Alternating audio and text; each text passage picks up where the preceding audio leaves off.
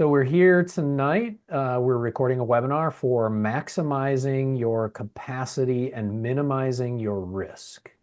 I'm joined and I want to welcome Sarah Young and Jason Botwell. Sarah from Premier Business Services, maybe introduce yourself and give a brief overview of Premier Business Services.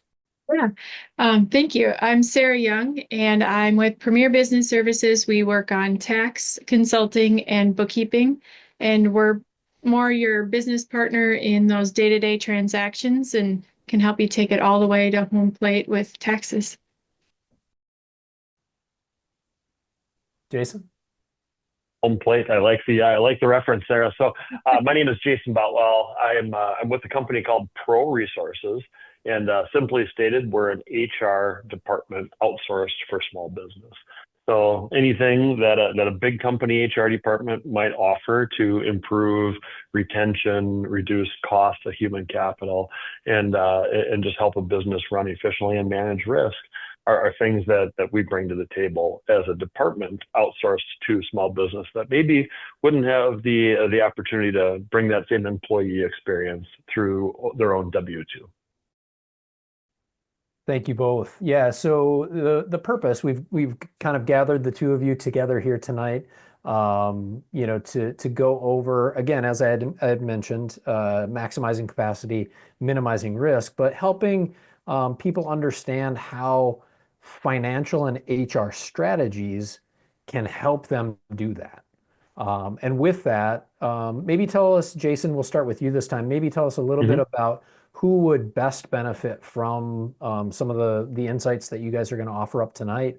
Some of your customers. What does that look like for Sure, Pro? sure. From an audience perspective, I think that I think just about anybody could probably learn a couple things from watching to the end, so to speak. Our typical client is really in that space between 20 and 200 employees. Those are the organizations that we pursue. We've got plenty of customers that are smaller than that. We've got plenty of customers that are bigger than that. But it's 80-20 rule. 80% of our customers are in that space. Who maybe a little bit more specifically are lonely HR practitioners. It's a lonely job if you're the only one on the job. It's lonely because you don't have anybody to bounce ideas off of. Oftentimes, a single HR practitioner within an organization is stuck playing HR help desk and HR strategist. And who do you serve? When you wake up every day, who do you decide who you're going to let down because there's not enough time to get it all done? So sometimes it's an HR practitioner internally that just needs some help.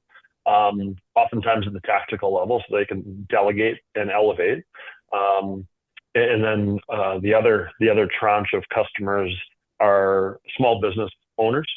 That I haven't met any business owners who said, I started my HVAC company so that I could get really good at HR, or I could get really good at bookkeeping services, or I could get really good at IT. So for those organizations, I think Sarah and I, one thing, not to steal your thunder, that we bring to our clients is capacity so that they can focus their time and energy on the things that they got into business for in the first place, which is oftentimes creating a great workplace environment, a place that their employees can be proud to work, serving their customers in the vein of business that is of their choosing, and mitigating risk so that they can continue to do business without potholes and pitfalls. So again, Jason, you had mentioned stealing Sarah's thunder. Is that pretty representative of your clients and who you think would benefit from what we're talking about tonight, Sarah?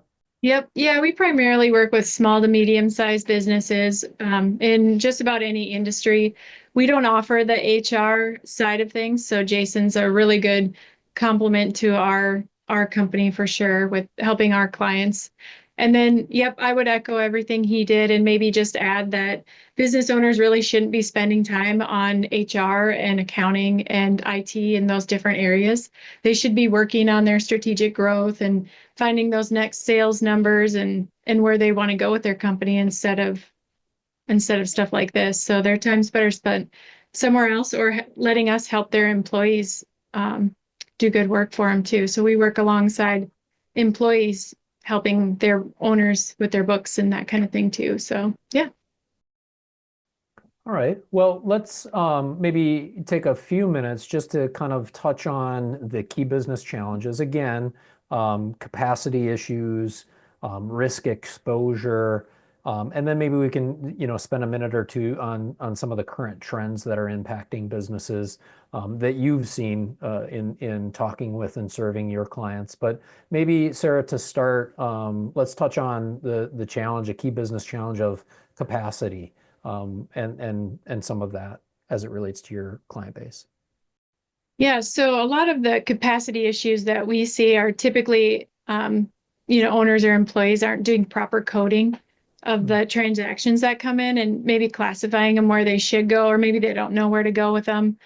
Um, we can usually help them either guide them or just honestly do it for them and save them the time in the first place. Typically, we end up fixing or moving things where they should go anyway, so it's sometimes just another easier way we can help and just doing it anyway. But we also like to help out with the transparency part of that because people don't necessarily know where to go. So things like business cards could be, an office expense or marketing or just getting things on the same page. Because when you're trying to forecast or budget, if you're not putting them in the same place that everybody thinks they should be, or just honestly where they should be, it's hard to be able to predict where they're going to be or where you want to come in at the end of the year. So that's usually a pretty good one. Financial forecasting and scaling effectively is usually a big one where we want to add some capacity to your plate so you can do those things.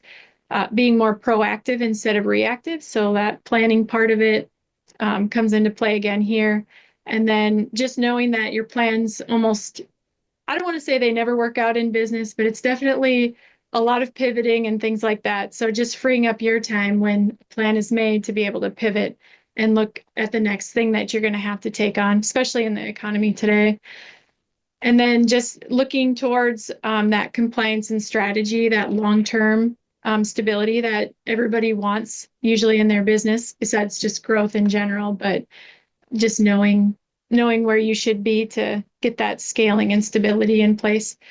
And then just don't waste money and resources, not just on cost of goods and buying things you shouldn't buy, but just internal with your people.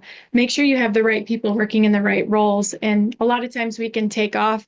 You don't need a full-time accountant or a full-time HR person. You might just need a chunk of that removed so you can hire a full-time salesperson or marketing or whatever the other position you need. So that's typically what we see for freeing up some capacity for our business owners. So you talked about kind of the current economy, and when we think about it in terms of like trends impacting businesses, are there things that you're seeing as far as, I mean, like you'd mentioned financial forecasting, things like that. Are you seeing things right now that are impacting businesses' ability to forecast or be proactive? Yeah, so the trends we're seeing right now are around the tariffs area and just kind of the economy in general. People are super unsure and kind of wondering what they can do within their business. We've seen a little bit of a slowdown for a lot of that retail area. So anytime we see that, we want to get in right away, evaluate those cost of goods that they have, and find some areas that we can kind of fine tune or find a way to just generate more revenue in general with them. So sometimes we'll be a part of coming up with some new plans there or just looking into cost of goods to find ways to, if we need to bring it into, the States and find a different supplier option there, we usually can do some help there.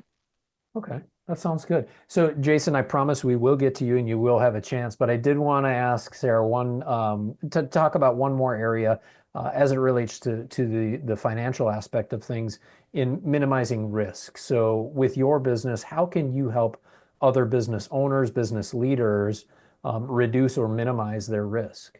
Sure. Um, Adding a lot of that training that our employees need or the oversight we need to build out those roles is usually a big area that you should be focusing on or we can help you focus on.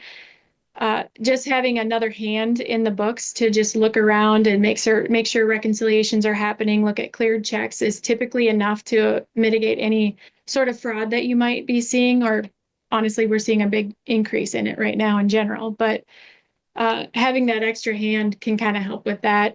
We want to kind of caution those business owners who feel like they've really got it nailed and they have that gal in their accounting department that's been doing it for 10, 15, 20 years and put things on cruise control.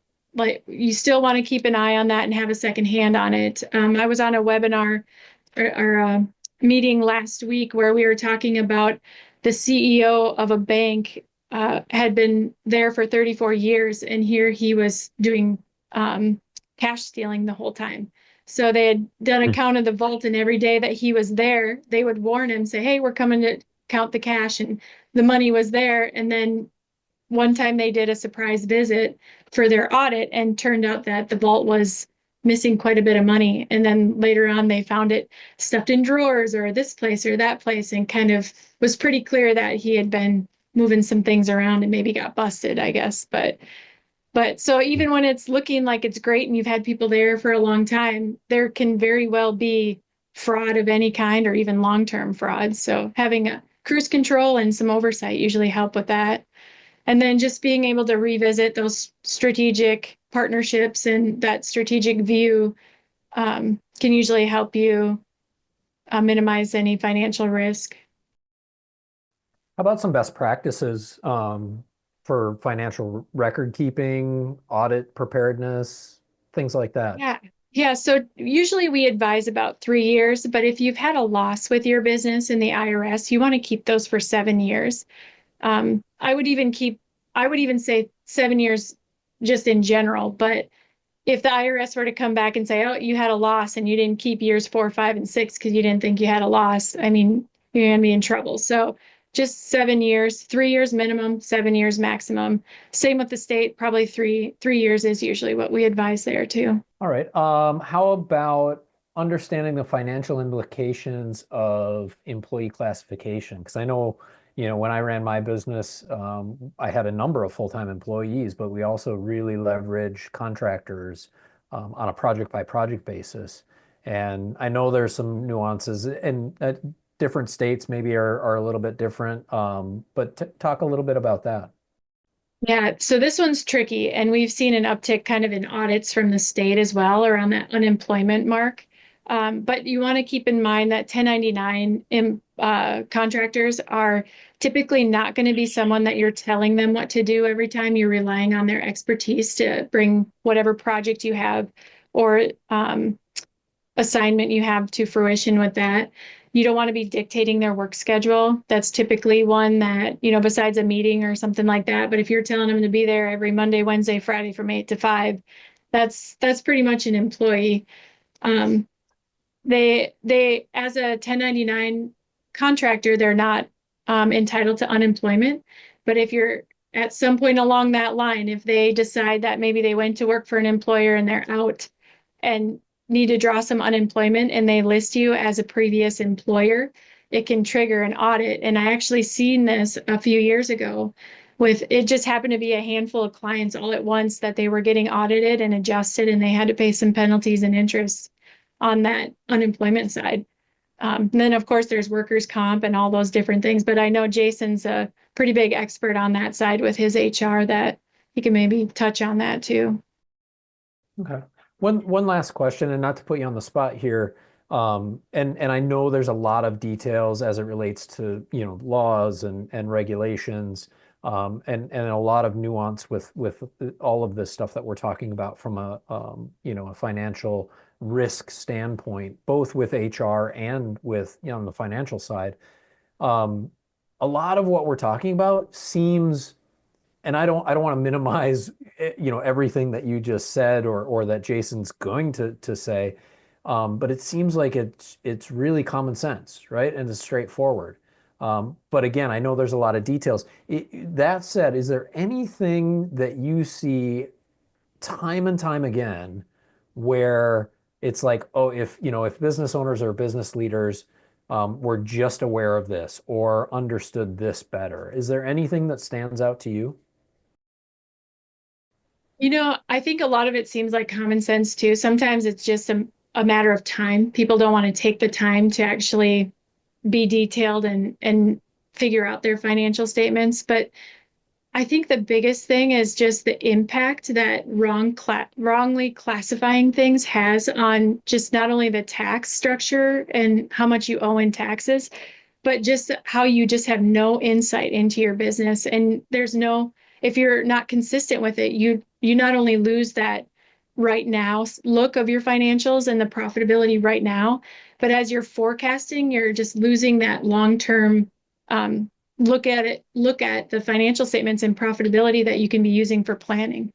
So I think just that proper classification is it seems easy and it seems like, yeah, it's office expense or whatever it might be, but those truly do matter when you're trying to figure out if you're cutting expenses or you're going to pay your people and afford to pay them, on the next payroll. But I think that would be the biggest thing because a misclassification there could cost you thousands, hundreds of thousands, even on taxes, especially over Yeah. time.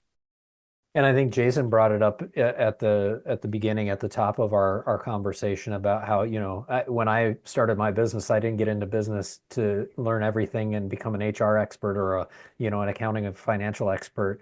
That's far from, my skill set and where I shine. And so I think, yes, it may be common sense, and yes, it may seem like simple things, but you guys, you, Sarah, and you, Jason, are experts in what you do, and the people that you work with and that work for you are experts in this. I'm not, and I have experienced a situation where I did have to pay some pretty hefty penalties because someone that I hired filed something incorrectly, and that came back to haunt me. And so, having experts like you guys, I think, is incredibly valuable. And with that, we'll maybe transition over to you, Jason, as it relates to the PEO. So professional employer organization, HR outsourcing. Uh, Tell us a little bit about maybe, again, efficiency, reducing risk, Mhm. dive into that from start with from a workforce management and capacity Sure. optimizations. Well, the capacity piece, it's interesting because our biggest competitor, if I can call it that, is DIY. Mm. I can do this myself. And maybe you can. I can shovel my own sidewalk. I can mow my own grass. But I know that my time is best spent doing other things. So I outsource both of those. Because I know that my value is in other places. And those are easy examples, of course, but most businesses outsource janitorial services, snow removal, so on and so forth. So the capacity piece, I think it sneaks up on people.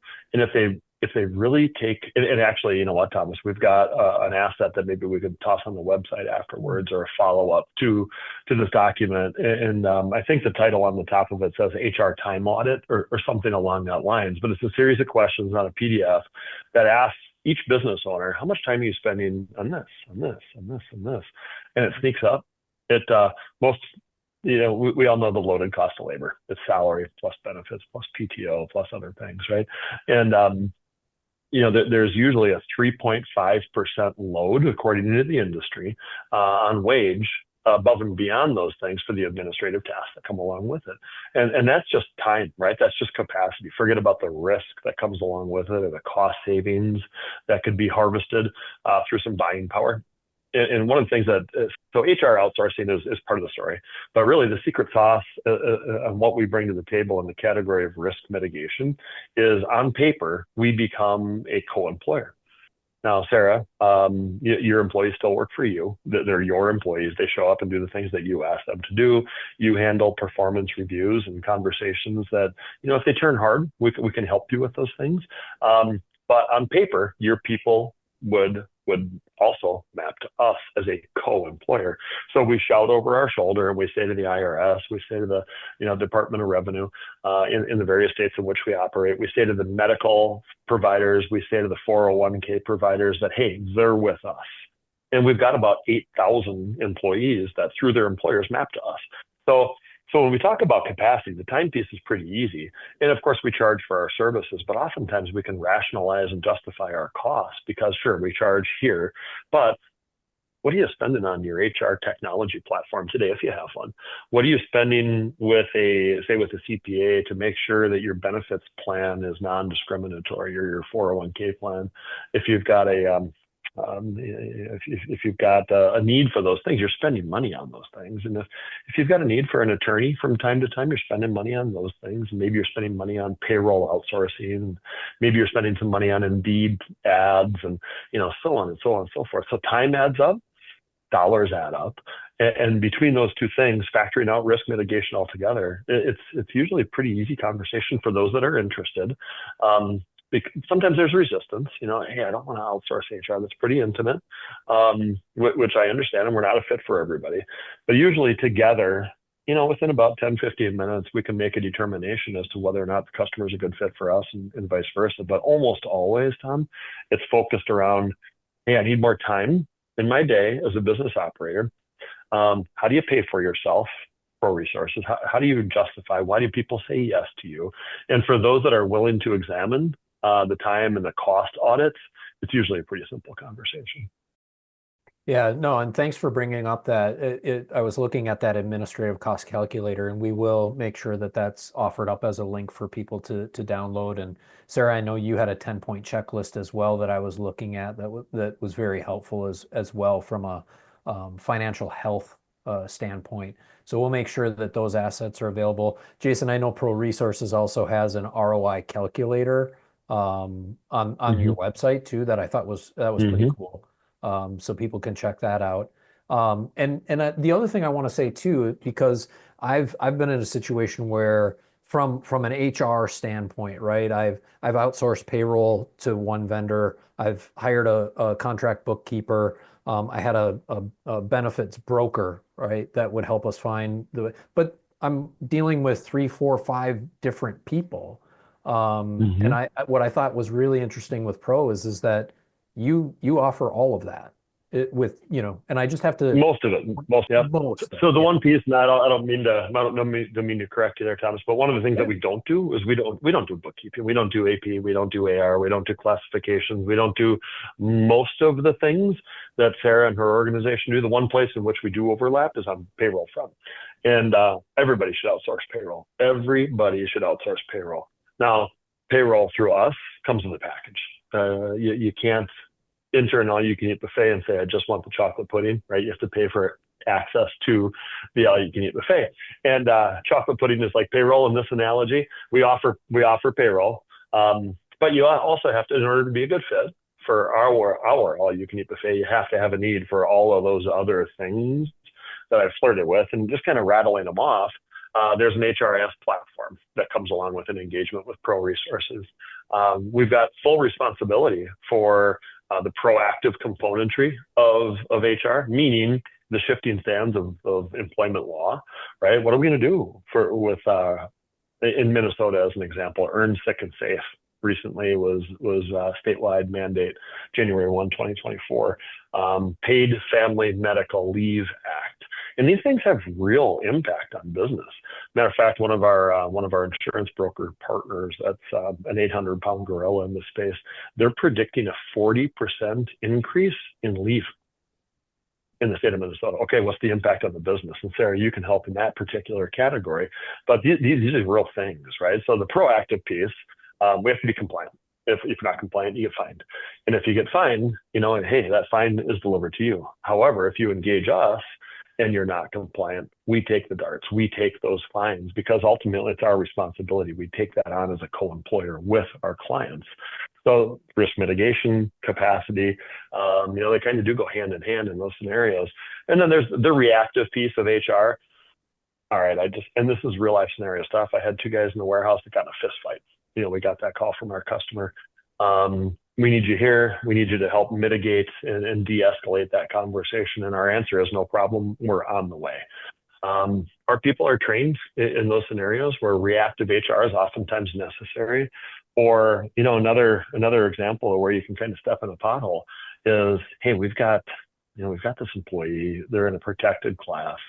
How can we exit the relationship and do it in a manner that keeps us safe from discriminatory termination practices or maybe a retaliatory termination lawsuit. Because those things happen. And you can be a perfect operator and still end up on the receiving end of a lawsuit. We'll help you with those situations as well.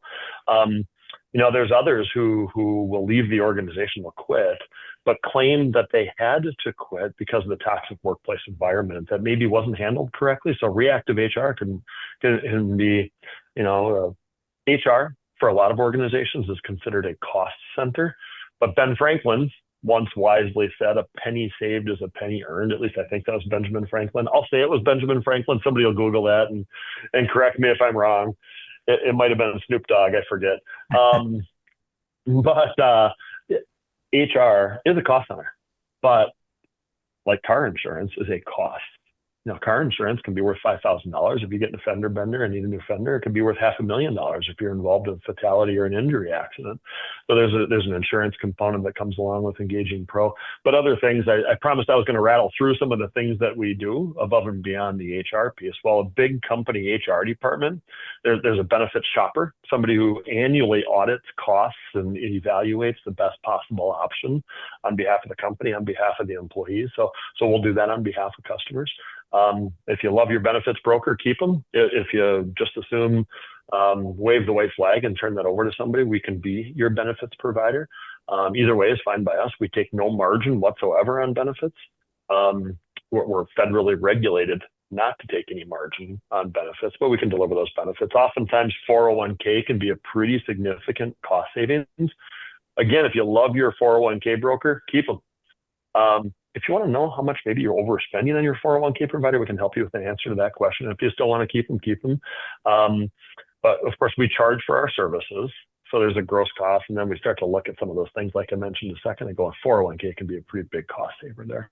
But a big company has a safety department. Safety includes, hey, let's inspect all your facilities, make sure that there's not hazards. That I think doesn't need a whole lot of description. You want to pass an OSHA audit, right? Of course.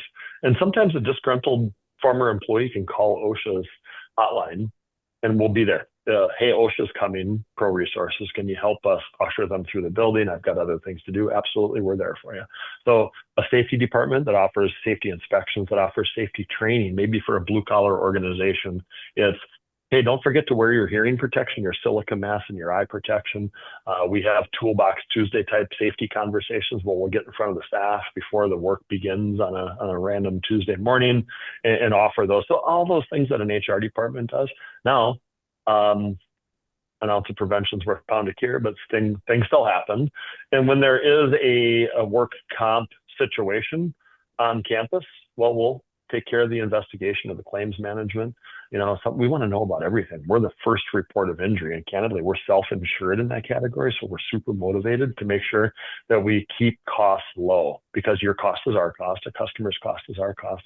And if somebody cuts their finger, well, that can turn into gangrene, obviously, in an exaggerated example. So we want to know about it so that we can mitigate the risk by handling that correctly. And we'll investigate if we need to, or we'll expedite, because ultimately you just want your people back on the job and handle back to work strategies correctly. So that's maybe a little long. I apologize for it, but we do a lot of things. So that's a pretty decent summary. There's a lot of administrative, payroll, that's a big part of what we do too. And I mentioned that's where Sarah and I overlap, but all the tactical things that come along with unemployment management, COBRA and W-2 statements, 940, 941 statements. Anyways, I'll stop there. That's a good summary of what we do. Well, again, I mentioned I was poking around your website a little bit, and I know, Sarah, both you and Jason have provided some real world examples of how you've been able to help other organizations, other businesses maximize capacity and minimize risk. And when I was poking around your website, Jason, I did see some of the case studies on there too, which were pretty compelling. But maybe start with you. Is there one more recent example, and we don't have to name names, but is there one recent client example where you've been either able to really help them maximize capacity or minimize their risk? Yeah, I think maybe they're two separate answers. one of my favorite phone calls to reference is when I got a call from a longtime business owner who called and said, "Jason, you made me a better husband, a better father, and a better Minnesota Vikings fan." And I said, "What? Tell me more." First of all, I'm a Packers guy, but anyways, he talked about those three things, and I said, "Well, tell me more. What do you mean?" And he goes, "I used to spend all day Sunday preparing and submitting payroll, and you've taken that off my." So the technology tool that we offer, it allows us to skip right over that approval process for the most part. There's still some ownership involved, but what used to take 5 hours on a Sunday afternoon, Sunday evening, now takes 5 minutes on a Monday morning. So he was there. He was there as a husband. He was there as a father, and he got to watch his beloved Minnesota Vikings. So capacity, that's a cool story. I love that. Risk mitigation, I don't know, maybe, there's a lot of fraud. Sarah, you mentioned it earlier too, but unemployment fraud, right? Work comp fraud. A recent example is we have a trucking company who had a trucker working out of a terminal in Dallas, Texas. This was a person who'd been on staff for not that terribly long. And lo and behold, it was a flatbed truck. He was strapping down some pipe, securing it to the trailer itself, and apparently had a shoulder injury as he was cranking the straps. Well, he didn't have an injury at all. Just like a credit score might tell me that you're a financial derelict, Tom. We can tell that same thing by doing some investigation. So we hired, we hired somebody to look into it a little bit, our expense, not the clients. And we came to learn that this guy had basically every other year for the better part of 10 years in March filed a work comp claim so that he could go work cash for a relative's concrete company. So, that example right there, shoot, that could have provided cost savings, both short-term and long-term cost savings that usually can justify the cost of engaging us just in that one particular category. So risk mitigation, capacity, there's so many examples, but those are two decent ones. I will add that my credit score is absolutely exceptional. So Sure. Sarah, how about you? Are there maybe more recent examples or ones that stick out in your mind where Premier was able to help maximize capacity or reduce risk? I know you offered up some examples previously, but any others that stick out for you? Yeah, so we finished up a kind of a long term. This one's a little bit unique. We were brought into a larger construction company in town, where in South Dakota here, where they needed help catching up their credit cards for the year, and they were just a little bit behind. So we jumped into it. We were working on credit cards, and pretty soon their AP person left, and then pretty soon their payroll person left, and it kind of just spiraled because they had this little bit of toxic in their accounting department, and with some of the way the project managers were treating their admin staff. And I feel like Jason could have squashed that out if he was there or taken care of it. But at the time, the company had no idea, and nobody really did except inside that group, but ended up wiping out their entire accounting department. So we were kind of there and picked up AP, and then pretty soon we picked up payroll, and pretty soon we picked up just restructuring and hiring people in. So we kind of helped them like move along through that process, which, I mean, you don't always know until it's too late that something's brewing like that. So help them get that up and going. And honestly, if your accounting department is down in a business, you've got no employees and no vendors, no work to be done because nobody's getting paid, and nobody's going to work for free for very long. So that one was kind of a fun one that turned into quite a big one, and one we're proud of. But let's see, it was about a year ago that we were working with a company who had hired an employee, and they were taking it in-house and taking accounting in-house. And that'll happen from time to time. They think they can save money or use another hand and whatever. So we'll help you transition it back in-house and get you off and running. And here it all happened so fast. Like the employee kind of shoved us out, and we were like, oh, okay, well, if you need us, we're here. Well, a little while later, it was about, I don't know, probably about 9 months later, the business owner called us and asked me to look into the payroll and some things that were being funky. He was going to go give that employee a raise because she was doing a good job and really pitching in.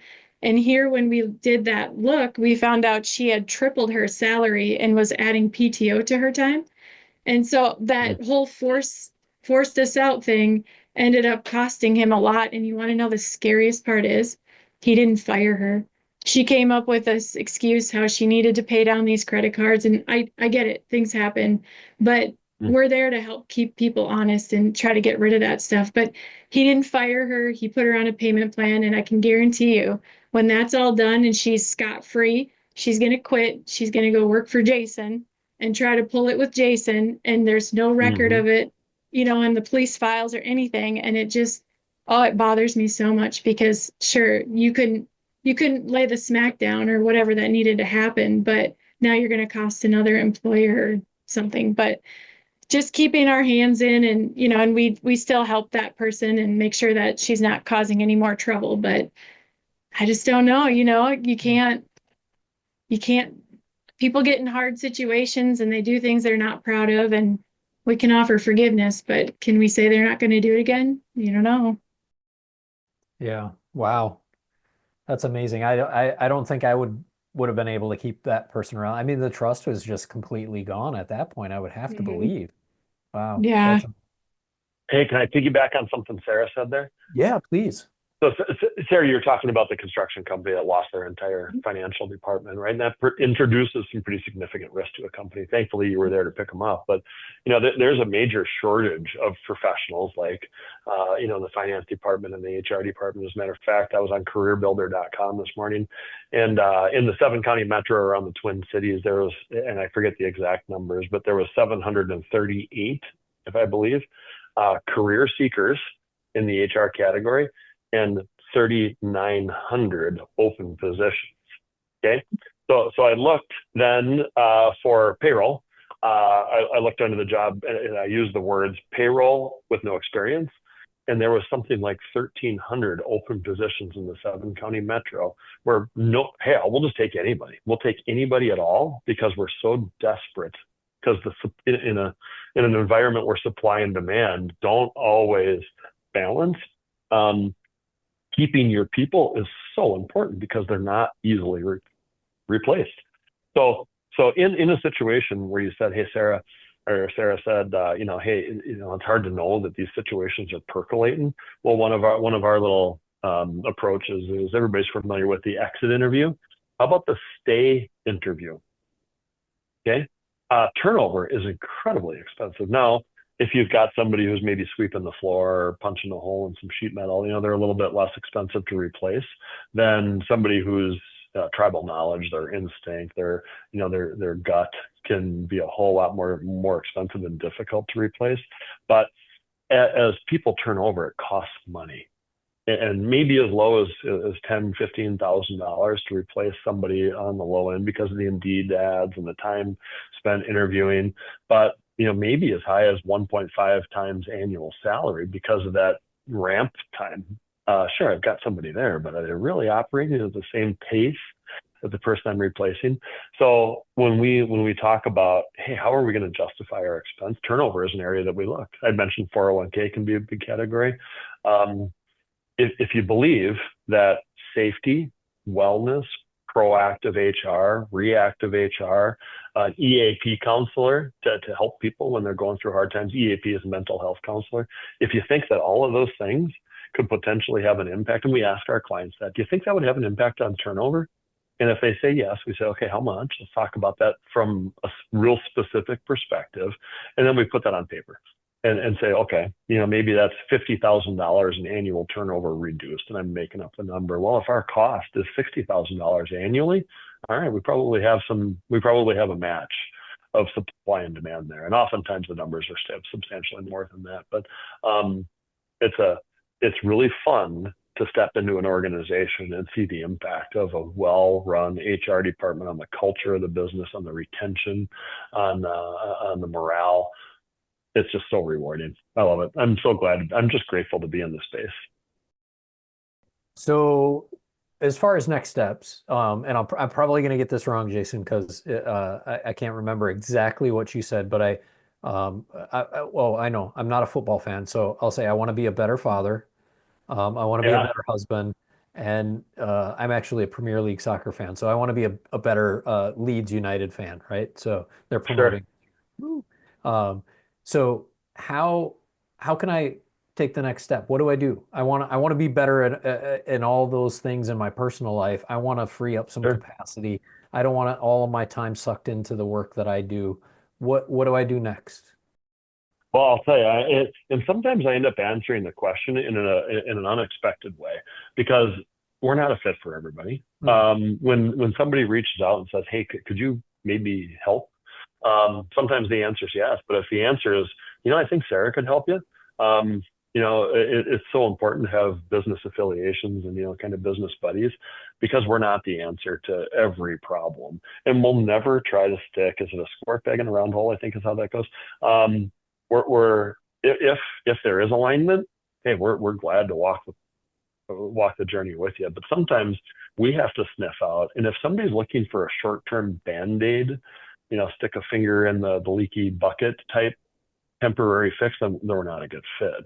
If you see value and if there's cost justification, hey, we're going to be in business together for a long, long, long time. But we both need to do a real close evaluation of that. And if really what you're looking for is something else, I'll gladly point you in another direction because my heart is that of a helper, and it's just the right thing to do. But maybe visit our website. We've got all sorts of next steps on our website, proresourceshr.com.